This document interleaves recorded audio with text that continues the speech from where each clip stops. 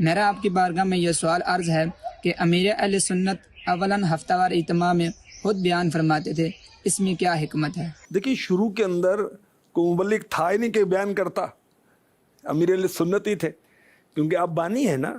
گلزار حبیب soldier بازار کراچی سے دعوت اسلامی کے ہفتہ وار اجتماع کا آغاز ہوا، اور آغاز میں ایک ہی دینی کام تھا، ہفتہ وار اجتماع۔ اچھا مبلغ آپ ہی تھے تو آپ ہی بیان کرتے دینی تھے، کام بھی ایک تھا، مبلغ بھی ایک۔ مبلغ بھی ایک تھا۔ اچھا امیر علیہ سنت جب اسد بھائی حج پر جاتے، مکہ مدینہ میں حاضر ہوتے، تو آپ کے جانے کے بعد اجتماع کمزور ہو جاتا تھا تعداد کے لحاظ سے۔ پھر آپ نے ایک ذہن سازی کیسی کی، آپ واپس آئے، تدبیر کی بات ہو رہی ہے نا، پہلے کتنی تفصیلی بات ہوئی، تو امیر علیہ سنت فرماتے بھی کون کون میرے لیے اجتماع میں آتا ہے، تو محبت میں سب نے ہاتھ اٹھا دیا۔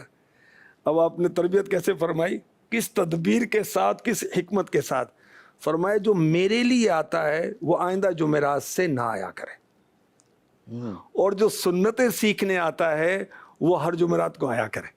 ماشاءاللہ، یہ تربیت کا یہ انداز تھا۔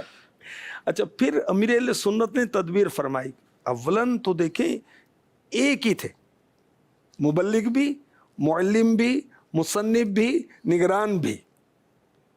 مشورے بھی آپ ہی کرتے تھے، بیان بھی آپ ہی کرتے تھے، نگران بھی آپ ہی بناتے تھے۔ شروع میں تو کوئی اور اصطلاح تھی، خیر۔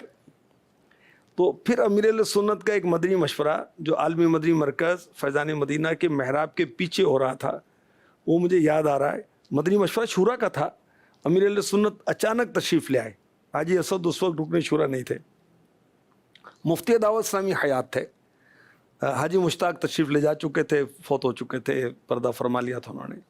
امیر علیہ سنت مدنی مشورے میں یعنی کہ پہلے سے طے شدہ نہیں تھا، اچانک تشریف لے آئے اور ارشاد فرمایا کب تک میرے بیانات چلاتے رہو گے؟ نگران شورا کی طرف اشارہ کیا، ان کے بیان کیوں نہیں ریکارڈ کرتے؟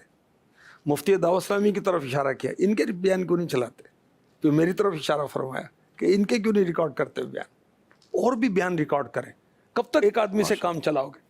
یعنی یہ امیر اہل سنت کی دور اندیشی بھی ہے، تدبیر بھی ہے، حکمت بھی ہے، اعلیٰ ظرفی بھی ہے، عاجزی بھی ہے، انکساری بھی ہے، تربیت بھی ہے۔ کیا میں اپنے علاقے میں میں ہی ہوں، جدھر دیکھتا ہوں تو ہی تو ہے۔ ارے اللہ کے بندے، اوروں کو آگے بڑھا۔ اگر ہماری تنظیم مضبوط ہوتی تو میں مضبوط ہوں گا نہیں ہوں گا؟ جانے تو جہان ہے نا، تنظیمیں تو میری مضبوطی ہے نا۔ میں مضبوط ہو گیا، تنظیم کمزور ہوگی تو میں بھی نہیں رہوں گا۔ تو امیر علیہ سنت نے از خود مبلغین کو آگے بڑھایا۔ مفتی دعوت اسلامی کی کیسٹیں جو ریکارڈ ہوئی تھیں، وہ جو سلسلے ہوئے تھے، نام اس کا پتہ نہیں کیا رکھا گیا تھا، وہ نصاب شریعت کورس، جزاک اللہ۔ تو ذمہ داران دعوت اسلامی آتے تھے، عاشقان رسول آتے تھے، اور امیر علیہ سنت اس کو نا وہ نیٹ کے ذریعے سنتے تھے۔ امیر علیہ سنت فرمائیے تو کتنا زبردست کورس کروا رہے ہیں، اس کی کیسٹیں جاری ہونی چاہیے۔ اب اس وقت ویڈیو کا رجحان نہیں تھا، وہ ترکیب نہیں تھی، تو ان کی آڈیو ریکارڈ امیر علیہ سنت نے خود کروائیں۔ اچھا ہمیں وسوسہ آ رہا ہوتا ہے کہ یار اس کو آگے بڑھا دیں گے، بڑا باصلاحیت ہے، میری تو چھٹی ہو جائے گی۔ ارے عزت اللہ دیتا ہے، ذلت اللہ دیتا ہے، تو کیوں اس فکر میں پڑا ہوا ہے؟ تو خیر امیر علیہ سنت ہی مبلغ تھے، مگر اب ایک نہیں، میرے مرشد نے حافظ بھی بنا دیے، عالم بھی بنا دیے، نگران بھی بنا دیے، مفتی بھی بنا دیے۔